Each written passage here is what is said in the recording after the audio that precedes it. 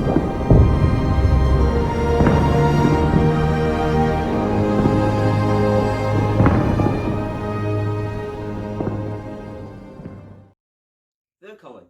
Welcome to this story. Today, I'll be covering a standard 1944 late war German infantryman's casual gear and combat uniform. So, I'm wearing an SS impression for this video. It is the only impression I have on hand that is German World War II at the time, or at this time. And I want you guys to know that this is a political video. This is not me supporting any political organizations, figures, or beliefs back during World War II or now. This is only for history and education. So let's start from the top down. Top, I have the German helmet, Stahlhelm, steel helmet. This is the M40 model, which replaced the M35, which was produced pre-war and was produced during early war and onwards.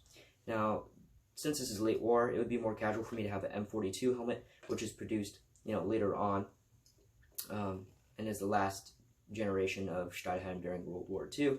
But M40s are still acceptable, and that is what I have on hand right now, so that's why it's part of my impression.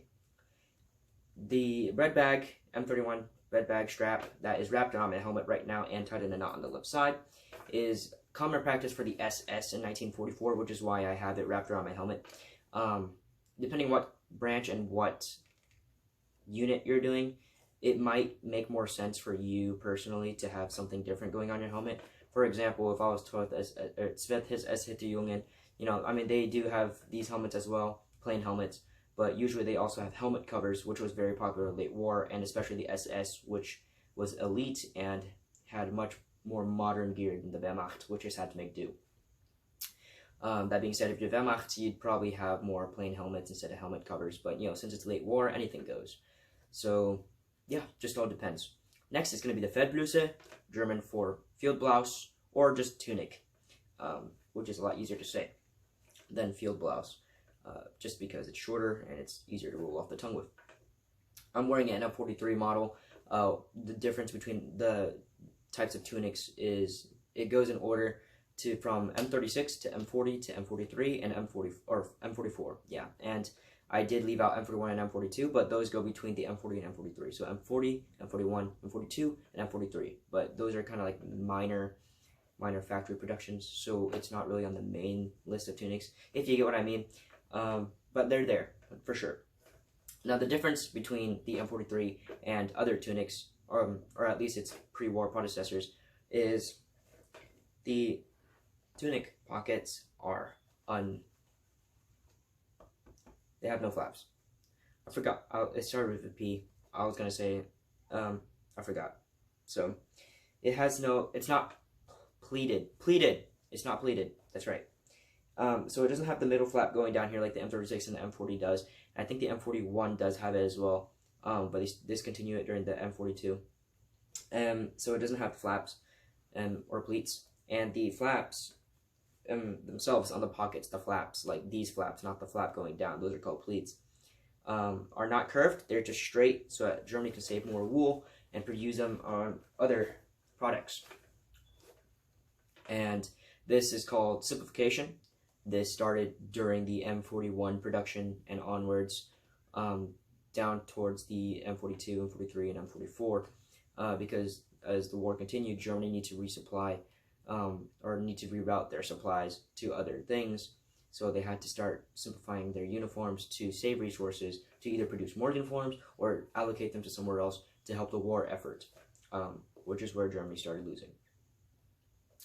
Down here, I have the M44 Erbsenmuster.P trousers. I am wearing mine and the camera doesn't go down, so I prepared another trouser.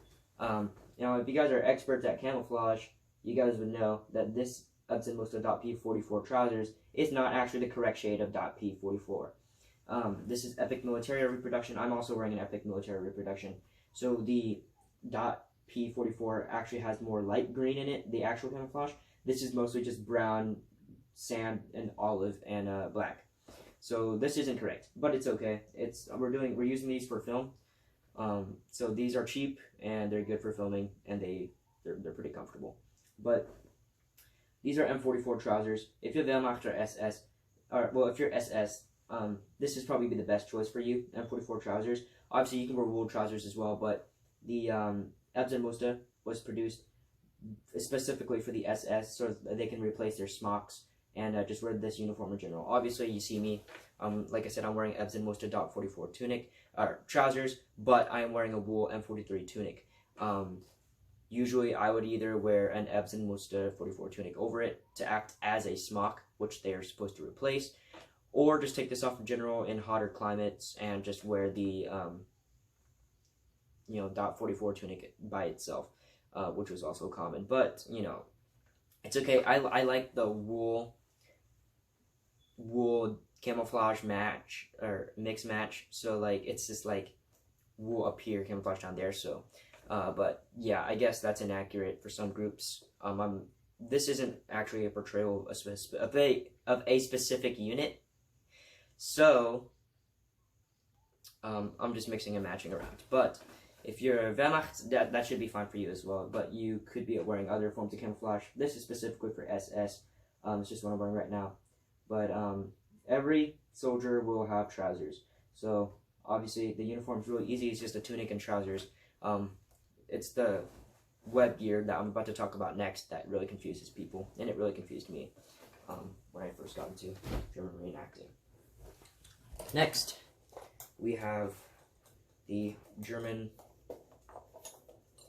web gear. Now, this one right here became undone, so I'm gonna try my best right now to hook it back on with one hand. Let's go. What an absolute unit. Alright, so this is German late war web gear. It doesn't really differentiate much from early or mid-war web gear, but it's just this specific set is for a late war setting, which is accurate. But yeah, this is going to be the basics. So first, you've got your Y straps. Why is it called the Y straps? These are straps, and they're in the shape of a Y. See this? Yeah. They have something called D rings, which are these rings right here in the shape of a D, so they can hold up your A-frame or an assault frame, or Sturmgepäck, which you could optionally carry if your unit is doing, campouts or something. It is common for soldiers to wear Sturmgepäck, or assault frames / packs on their back, which are going to be hooked up to these D-rings so they can help support your weight. So those are the Y straps. It is adjustable on the back. This particular strap right here is going to run down your back / spine and touch your belt down there. These are going to hook onto your ammunition pouches, or on the bare belt itself. They can also be adjusted depending on where it is. So where these Y straps connect to is the standard leather infantry belt. These come in brown or black. Mine is black. You don't really see enlisted with brown belts. You mostly see officers with brown belts. It's got a silver SS buckle on this side, and a hook on this side, and the reason why is because the buckle has some kind of like another hook that these hooks connect, and it wraps around your waist like so, like me, I'm wearing.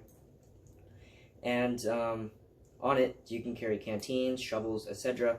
This is the basic right now that we're using for a film. So these have 2 Kar 98K ammo pouches, and how these ammo pouches work. Oh, this arm's getting tired.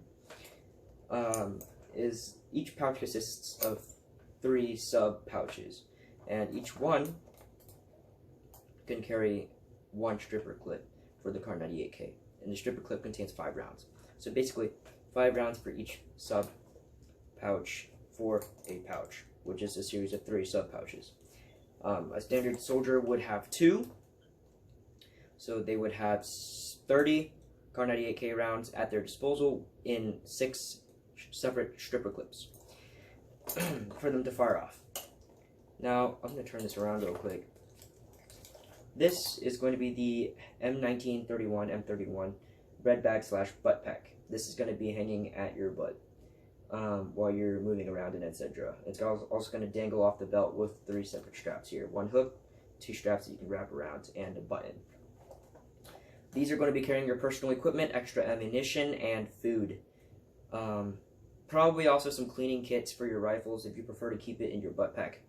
But the cleaning rod should, in the Kar 98K, this being a Kar 98K Schutze gunner, is mostly going to be stored. The cleaning rod is going to be stored in the barrel, which I'm about to show you next on the Kar 98K. But the rest of the stuff goes into the M31 butt pack. Now I'm going to finally put this down because, dear God, it is heavy. Alright. So next is the Kar 98K. This is a SS-Schutze uniform, which is rifleman, first rank of the SS, equivalent to the American private, and they're going to be armed with this Kar 98K rifle. This is the basic German bolt-action rifle for the entire war. It is bolt-action. Mine particularly jams a lot, so you know, if it jams during this demonstration, I am so sorry. I don't have any control over that. But it's a bolt-action rifle. You really thought I was going to shoot my phone? Anyway, this is where the cleaning rod is stored. Basically, you pull it out, and then you're going to clean it in your spare time. You put it back in. Kind of like Civil War style with a musket. But, you know, it takes less time. Let me readjust that real quick. As you see, my rifle has a sling. You do not need a sling for your Kar 98K. I repeat, you do not need a sling for your Kar 98K. It's optional, completely optional. I personalized this rifle myself. It works with my loadout better, and I just like it over my shoulder. It looks kind of cool. So I put a sling on it, but frankly, you really don't need a sling. I have another separate unit back there that's just a rifle.